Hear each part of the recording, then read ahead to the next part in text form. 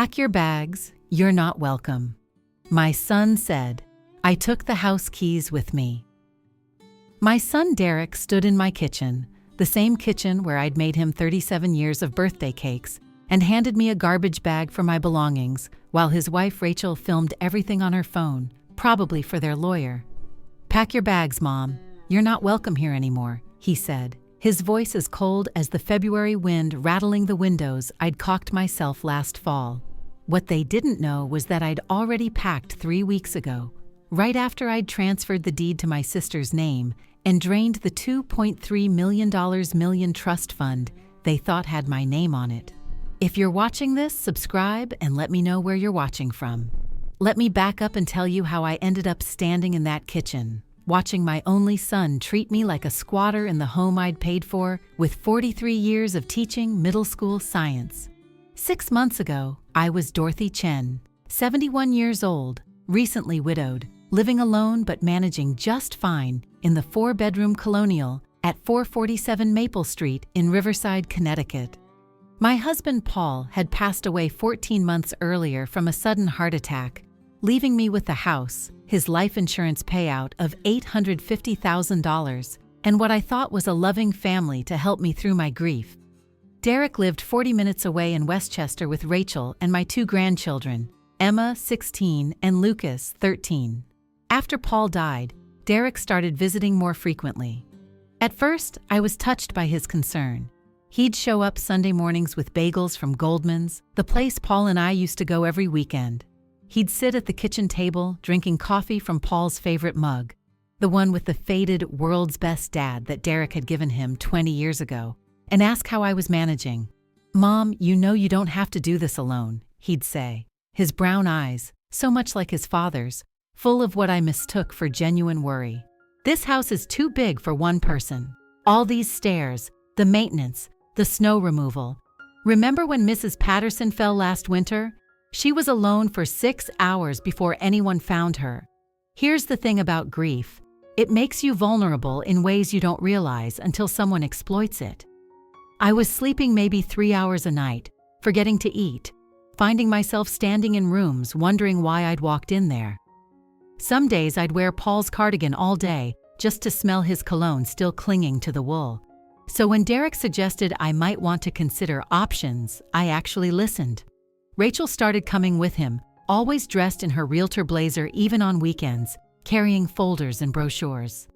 "Dorothy, there are some beautiful senior communities opening up," she'd say, spreading glossy pamphlets across my dining room table like tarot cards predicting my future. "Look at this one, Sunset Manor. They have water aerobics, a library, organized trips to the casino. Wouldn't that be fun?" The pamphlets all featured the same stock photos. Silver-haired people laughing over chess, doing yoga, playing cards. Nobody in those pictures looked like they'd been shoved there by their children. Nobody looked like they'd been crying into their dead husband's pillow at 3 a.m. But I wasn't ready. I told them I needed time, and they seemed to understand. Derek would pat my hand and say, "Of course, Mom. No rush. We just want what's best for you." The turning point came in October, 4 months ago. I'd been having dizzy spells. Nothing serious, just my blood pressure medication needing adjustment. But Derek insisted on taking me to see Dr. Marcus Holbrook, a geriatric specialist he'd found. "Best in the state, Mom. He'll take good care of you." Dr. Holbrook's office was in a medical building that smelled like disinfectant and defeat. He was maybe 45, with gray temples that looked premature and hands that were too soft, like he'd never done a day of real work. He ran tests, asked me questions about my daily routine, had me draw clocks and remember word sequences. Standard stuff, I thought. "Mrs. Chen," he said, folding his hands on his desk like he was about to pray for me. "I'm concerned about some cognitive decline I'm seeing. Early stages, nothing severe yet, but these things progress. Your son has expressed concerns about your ability to manage your affairs independently." I felt like I'd been pushed off a cliff. "What concerns?" "I'm fine.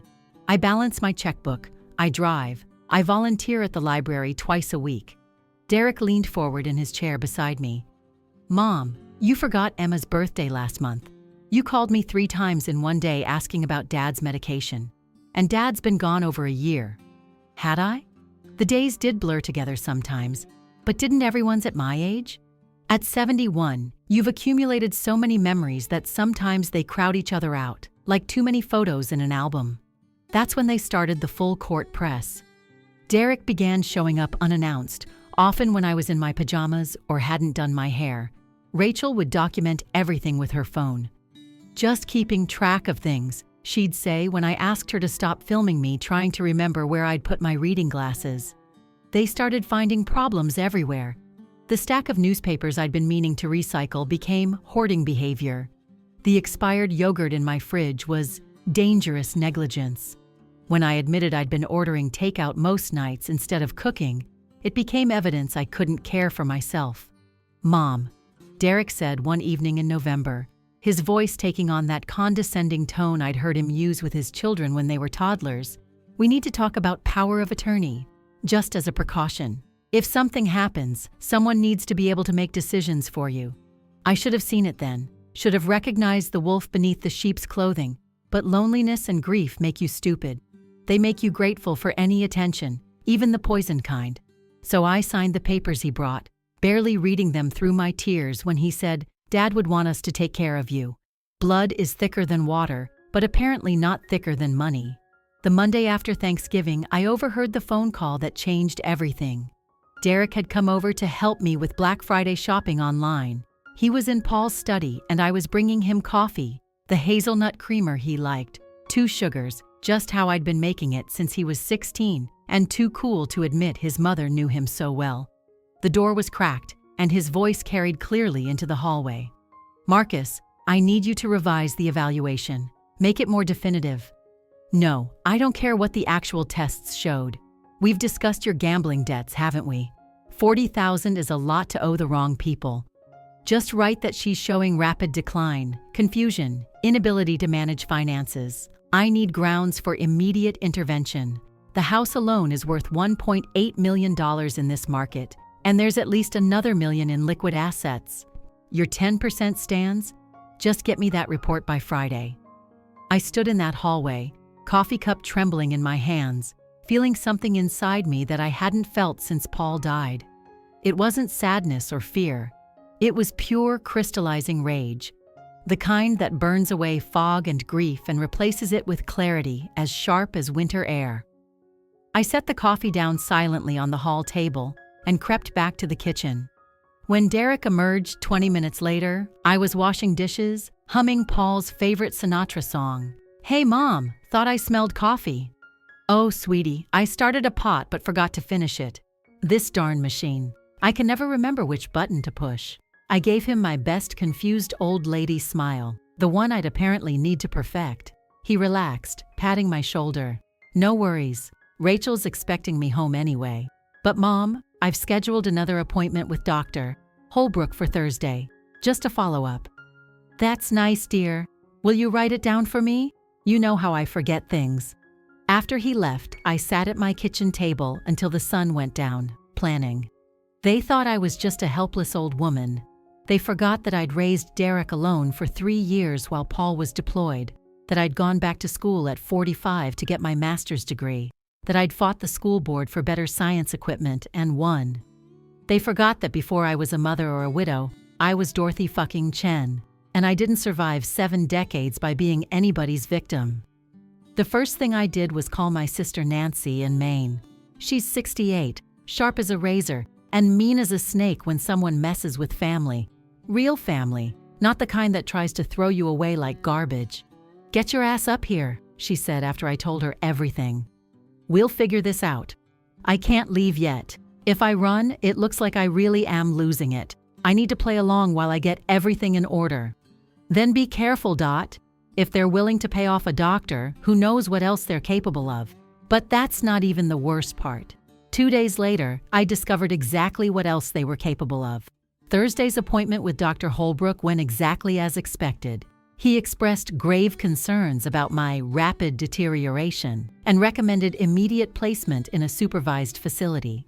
Derek had already picked one out, Willowbrook Senior Care, a place that cost $8,000 a month and had a special unit for memory-impaired residents. "We can have you moved in by Monday," Rachel said, already calculating her commission on my house sale in her head, I'm sure. "Don't worry about packing much. They provide everything you need." I nodded, playing confused and compliant. "Will I be able to come back home sometimes?" Derek and Rachel exchanged looks. "We'll see, Mom. Let's just focus on getting you settled first." That night, I couldn't sleep. At 2 a.m., I heard something downstairs, footsteps in the kitchen. My heart hammering, I crept to the top of the stairs. The voices carried up clearly in the silent house. "Sure it's enough?" Rachel's whisper. "Marcus said this dose will just make her confused and disoriented for a few days, long enough to get her into Willowbrook. Once she's there, the staff will assume any complaints are just dementia talking. And if she refuses to go, then we up the dose. Either way, by next week, we'll have control of everything." I heard the clink of glass, liquid being poured. They were drugging my milk, the one thing I drank every morning without fail.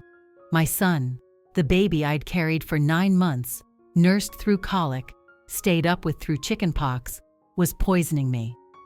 I crept back to my room, shaking not with fear, but with fury. In the morning, I poured my milk down the sink when Derek wasn't looking and replaced it with a fresh carton I'd hidden behind the pickles. I acted confused enough to keep them satisfied, but not enough to actually seem impaired. Friday night, Nancy drove down from Maine in her ancient Subaru that Derek would definitely not recognize. She parked 3 blocks away and snuck in through the back door at midnight like we were teenagers again. "Jesus, Dot, you look like hell." "They've been drugging me. I've been pretending to take it." She hugged me hard, and for the first time since Paul died, I felt like I wasn't alone. "We're going to bury these bastards," she whispered into my hair. We spent the weekend implementing our plan. Nancy had brought her lawyer nephew James, who'd driven separately and stayed at the Holiday Inn downtown. While Derek thought I was napping, I was actually in my bedroom with James, signing documents to transfer my house to Nancy, liquidate my accounts, and establish a trust that Derek couldn't touch. "The power of attorney he had you sign is bullshit," James said, reviewing the papers. "It's limited to medical decisions and only kicks in if you're declared incompetent by 2 independent doctors. Dr. Holbrook might be in Derek's pocket, but he's just one. We're going to request a second evaluation from Dr. Sarah Martinez at Yale. She's bulletproof, testified in elder abuse cases before. How long do I have to keep playing along? Just until Monday. We need everything transferred and documented. Then we lower the boom." Sunday was the hardest day of my life. Derek and Rachel came for dinner, their last victory lap before shipping me off to Willowbrook. They brought the kids, and seeing Emma and Lucas nearly broke my resolve. Emma hugged me tight and whispered, "I love you, Grandma. I don't care what they say, you're not sick." I wanted to tell her everything, but I just held her close and memorized the smell of her strawberry shampoo. After dinner, Derek raised his wine glass. "To new beginnings?" he said, smiling at Rachel. "To family," I replied, looking him dead in the eye. Monday morning arrived gray and bitter, fitting weather for a betrayal.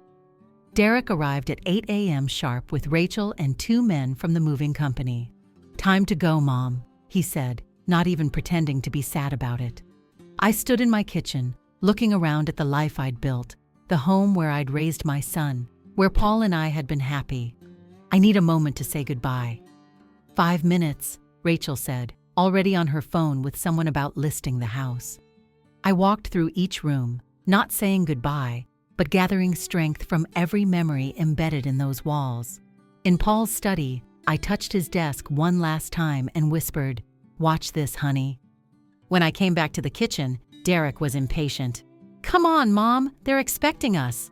That's when I said the words I'd been rehearsing. "Pack your bags. You're not welcome here anymore." Derek actually laughed. "Mom, you're confused. You're the one leaving, remember?" "No, Derek, you are. This house was transferred to Nancy's name on Friday. Your power of attorney is worthless without a second doctor's confirmation, which you're not going to get. Oh, and the trust fund you thought you were inheriting? It's been donated to the Riverside Women's Shelter. All $2.3 million of it. I have the receipts." The color drained from his face. You can't do that. You're not competent, Dr. Holbrook said. Dr. Holbrook is going to be too busy dealing with the medical board to say anything. We have a recording of your phone call. Nancy's nephew James is in law enforcement. Did I forget to mention that? He found your conversation about drugging me very interesting. Rachel dropped her phone. It clattered on the tile floor Paul and I had picked out for our 20th anniversary. Mom, please. I'm not your mother anymore. A mother doesn't raise a son who would poison her for money. Get out of my sister's house before I call the police. And Derek? That key in your pocket won't work. We changed the lock Saturday. The moving men, who'd been watching this scene unfold like a soap opera, backed toward the door. We're just gonna go, one of them said. Derek's face went from white to red. You can't do this. I'll contest it. I'll prove you're crazy. With what money? I know about your debts, Derek. The second mortgage on your house you haven't told Rachel about. The gambling losses. The affair with your secretary that you've been financing with Rachel's real estate commissions. Rachel turned to Derek. What? I smiled, the first genuine smile I'd felt in months. Oh, did he not mention Brittany? 26 years old, pregnant, has some very interesting text from your husband promising to leave you once he got his hands on my money. The beautiful thing about family destruction is that once you light the fuse, you can just step back and watch the explosion. Rachel was screaming. Derek was trying to explain. Emma and Lucas, who'd been waiting in the car, came running in to see their parents' marriage imploding in my kitchen. Grandma, what's happening? Lucas asked, tears in his eyes. I knelt down, my knees creaking but my spirits soaring. Your parents are getting some consequences, sweetheart. Remember that. Actions have consequences. Derek grabbed Rachel's arm. We'll talk about this at home. She yanked away. Home? You mean the home you mortgaged behind my back? That home? As they fought their way to the door, Derek turned back one last time. This isn't over. Yes, it is, I said. By the way, check your mail. You've been served. Attempted elder abuse, fraud, conspiracy to commit poisoning. James says you're looking at 5 to 10 years. Maybe you can share a cell with Dr. Holbrook. They left, still fighting, their children crying, their perfect suburban life in ruins. I stood in my doorway, Nancy's doorway technically, and watched them drive away. Nancy appeared beside me, holding 2 cups of tea. You okay? I'm better than okay. I'm free. The next 3 weeks were a whirlwind of legal procedures. Dr. Holbrook was arrested after James's recorded evidence was presented to the police. He folded immediately, confessing everything to get a plea deal. Derek was arrested at his office, in front of all his colleagues, which was a nice touch. Rachel filed for divorce before he was even processed. The medical board revoked Holbrook's license. The district attorney, thrilled to have such a clear-cut elder abuse case, threw the book at both of them. Derek got 7 years, out in 4 with good behavior. Holbrook got 3 years and had to pay $500,000 in restitution. But here's where the story gets really interesting. Remember those men Derek hired to move me? One of them, Tony, called me a week later. Mrs. Chen, I hope you don't mind me calling. I got your number from the lawyer, said it was okay to contact you. What can I do for you, Tony? It's more what I can do for you. I recorded everything that day on my phone. Your son also tried to hire us to make sure you had an accident during the move. Said confused old people fall downstairs all the time. My blood went cold, then hot. You have this on recording? Yes, ma'am. Already gave a copy to your lawyer and the police, but I wanted you to know personally. My grandmother went through something similar. I don't play when it comes to elders. That evidence added conspiracy to commit murder to Derek's charges. His 7 years became 15. I testified at the trial, sat there in my best Navy suit, the one I wore to Paul's funeral, and told everything. How my son had plotted to steal my home, my money, my dignity, my life. How he'd enlisted his wife and a corrupt doctor. How they drugged me, gaslit me, tried to make me believe I was losing my mind. Mrs. Chen, the prosecutor asked, how did it feel to discover your son was doing this? I looked at Derek sitting at the defendant's table, He wouldn't meet my eyes.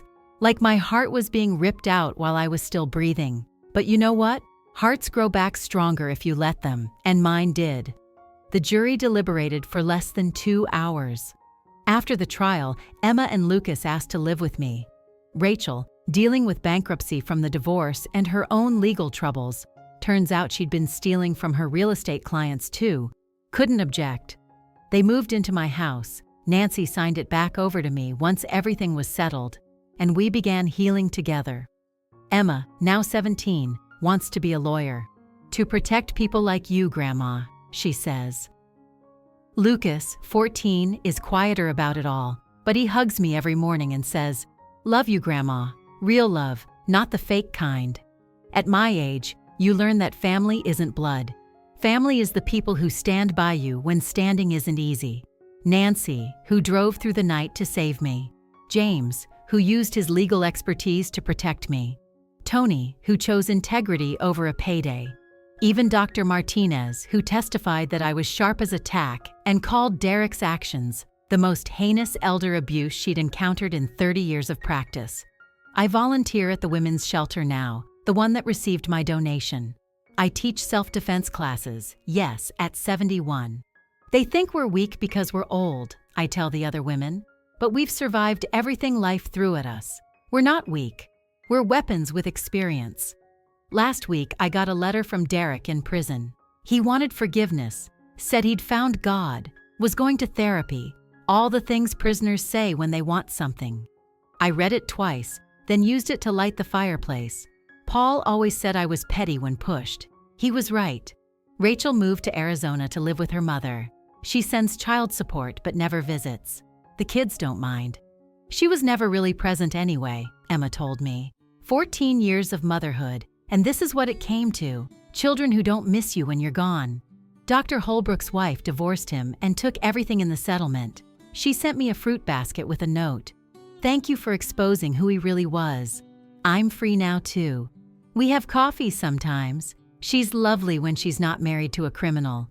The house is full of life again." Emma's friends come over to study. Lucas joined the robotics club and builds things in Paul's study. I'm teaching them both to cook. Real food, not the frozen dinners Derek and Rachel fed them. Sunday dinners are loud and messy and perfect. Nancy moved in last month. "Someone needs to keep an eye on you," she said. But really, she was lonely in Maine. We're like the Golden Girls, but meaner and with better stories. We drink wine on the porch and wave at the neighbors who all know exactly what happened. Mrs. Patterson, the one Derek said fell and wasn't found for hours. She brings us cookies and says, "Good for you, Dorothy. Good for you." Here's the thing about revenge. They say it doesn't bring peace. They're wrong. Every morning I wake up in my house, make coffee in my kitchen, and look at the photos on my mantle. Paul, the grandkids, Nancy, but not Derek. Never Derek. And I feel peace. The kind that comes from knowing you refused to be a victim, that you fought back, that you won. Sometimes I think about Derek in his cell. Wonder if he thinks about that kitchen moment when he told me to pack my bags. Wonder if he remembers all those birthdays, all those school plays, all those times I stood by him even when he was wrong. 40 years of motherhood, and this is what it came to. A son in prison for trying to kill his mother for money. But mostly, I don't think about him at all. I think about Paul, who would have been horrified but also proud that I handled it myself. I think about Emma's college applications and Lucas's robot competitions. I think about the cruise Nancy and I are taking next month, first class, because I can afford it now that I'm not being poisoned and robbed. They thought I was just a helpless old woman. They forgot that old women have survived everything younger women are still afraid of. We've buried husbands, raised children, watched our bodies change, our friends die, our worlds shift. We've been underestimated so long that being underestimated has become our superpower. At 71, I thought my story was ending. Turns out, it was just changing genres, from family drama to revenge thriller. And let me tell you, I like this version better. In this version, the old woman wins. The villain goes to prison. The house stays in the right hands. The grandchildren learn what real family means. Blood is thicker than water, but it's not thicker than justice. Last Thursday would have been Paul's 75th birthday. I visited his grave with the kids, brought his favorite flowers, yellow roses, because he was sentimental like that. I miss you, Grandpa, Lucas said, arranging the roses carefully. He'd be proud of you, Grandma, Emma added, for fighting back, for protecting us. I stood there between my grandchildren, looking at the headstone of the only man who ever really loved me right, and felt something settle in my chest. Not closure, that's too neat for real life, but acceptance. This was my life now. Messy, complicated, sometimes painful, but mine. You know what Grandpa would say? I told them. He'd say the best revenge is a life well lived. So let's go live it. We went to Goldman's after, got bagels, sat in the same booth Paul and I used to share. The owner, Mr. Goldman himself, came over. Heard what happened, Dorothy. Your Paul would have been proud. He would have handled it differently, I said. Maybe, but you handled it perfectly. Perfect. Such a strange word for something so painful. But maybe he was right. Maybe there's a perfect way to handle betrayal, with strength, strategy, and just enough spite to keep you going. The truth is, I didn't just survive what Derek did to me.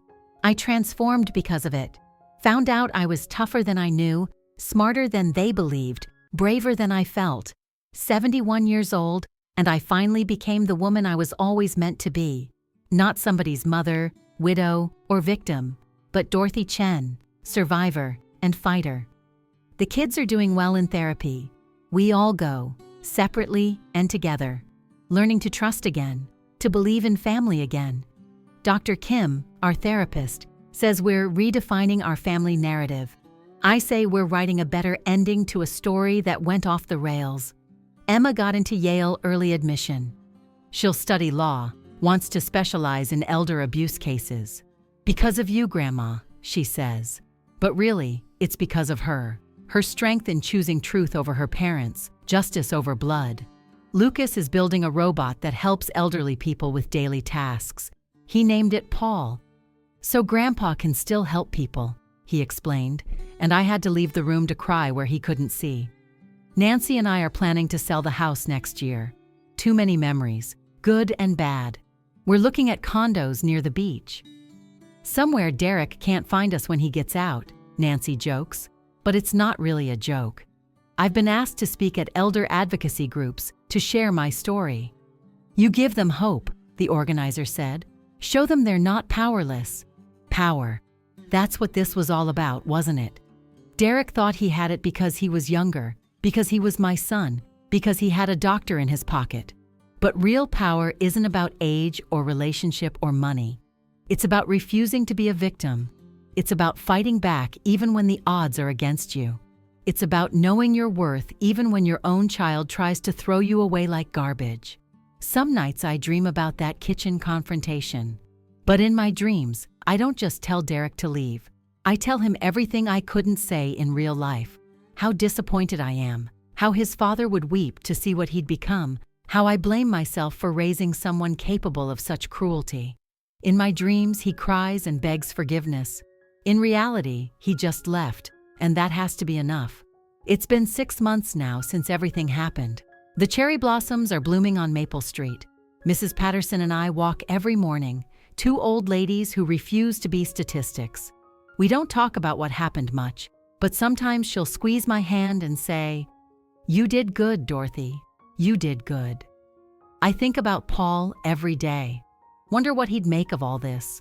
He always said I was the strong one, even when I didn't believe it. "Dorothy," he'd say, "you could survive anything. You're titanium disguised as flesh." I thought he was just being romantic. Turns out he was right. The trust fund I donated to the women's shelter has helped dozens of women escape abusive situations.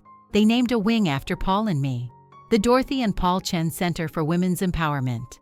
Derek will see it every day when he gets out. It's right across from the probation office. Sometimes karma needs a little help. Sometimes the universe needs you to be its instrument of justice. Sometimes being a 71-year-old woman everyone underestimates is exactly the weapon you need. Rachel called last week, first time since the divorce.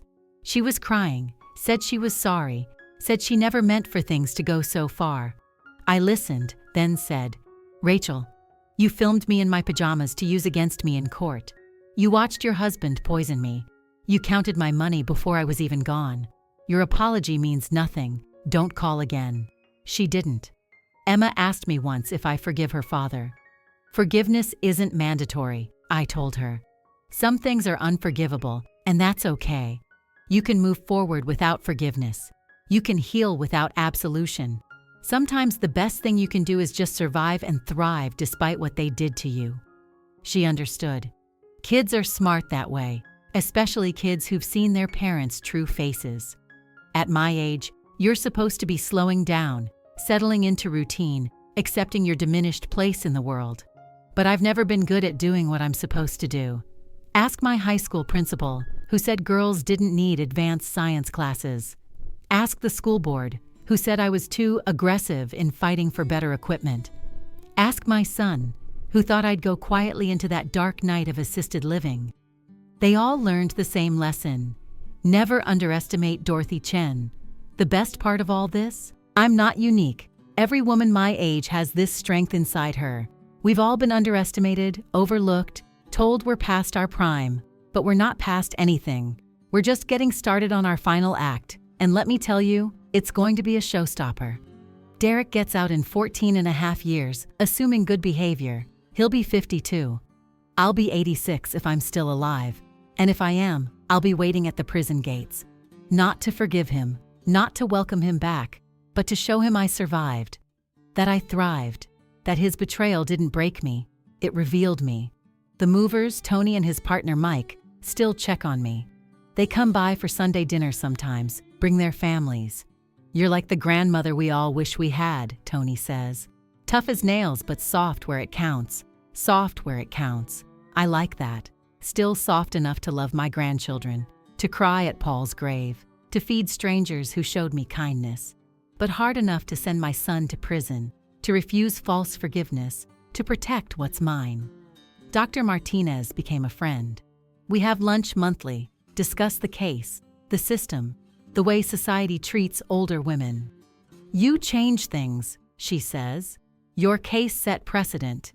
Judges are taking elder abuse more seriously now." Good. It's about time someone realized we're not disposable just because we have gray hair and wrinkled hands. These hands have held babies, buried husbands, built homes, fought battles. They deserve respect, not robbery. James, Nancy's nephew, still handles my legal affairs. He says Derek has been writing letters from prison to various lawyers, trying to find grounds for appeal. He won't find any, James assures me. The case was airtight, the evidence overwhelming. He's going to serve every day of that sentence. Every day. 15 years of days to think about what greed cost him. His mother, his children, his freedom, his future. Was it worth it, Derek? Was the money you'd never get worth the family you'll never have? I've started dating. Yes, at 71. His name is Richard, and I met him at the senior center where I teach self-defense. He's 74, widowed 3 years, has kind eyes and rough hands from a lifetime of carpentry. He knows my story, everyone in Riverside does, and he admires how I handled it. "You're remarkable," he said on our third date, over coffee at Goldman's. "I'm just a survivor," I replied. Same thing at our age. He's right. At our age, surviving is remarkable. Surviving with dignity, with strength, with refusal to be victimized, that's revolutionary. Nancy teases me about Richard. Getting some at 71? Who would have thought? We're not dead yet, I tell her. Might as well live. Living. That's what this is all about. Derek tried to bury me before I was dead. Tried to lock me away, steal my life while I was still using it. But I'm still here, still living, still fighting. And I'll keep fighting until they put me in the ground for real. And even then, I'll probably haunt him. The house is getting painted next week. Emma picked the color. A soft blue, like the sky on a perfect day. New beginnings, she said. Grandpa would like it. Paul would like all of this, I think. The way I fought, the way I won, the way I'm rebuilding with his grandchildren. He always said I was the warrior in the family. I'm the peacekeeper, he'd joke, but you're the war maker when necessary. This was necessary. People ask if I have regrets. Just one, that I didn't see it coming sooner. The signs were there. Derek's sudden interest after Paul's death, the way he and Rachel looked at my house like they were mentally redecorating, the speed with which he found Dr. Holbrook. But grief blinds you, makes you see love where there's only greed. Never again. Now I see clearly. Trust, but verify. Love, but protect yourself.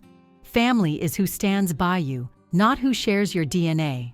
The women at the shelter named me their Woman of the Year.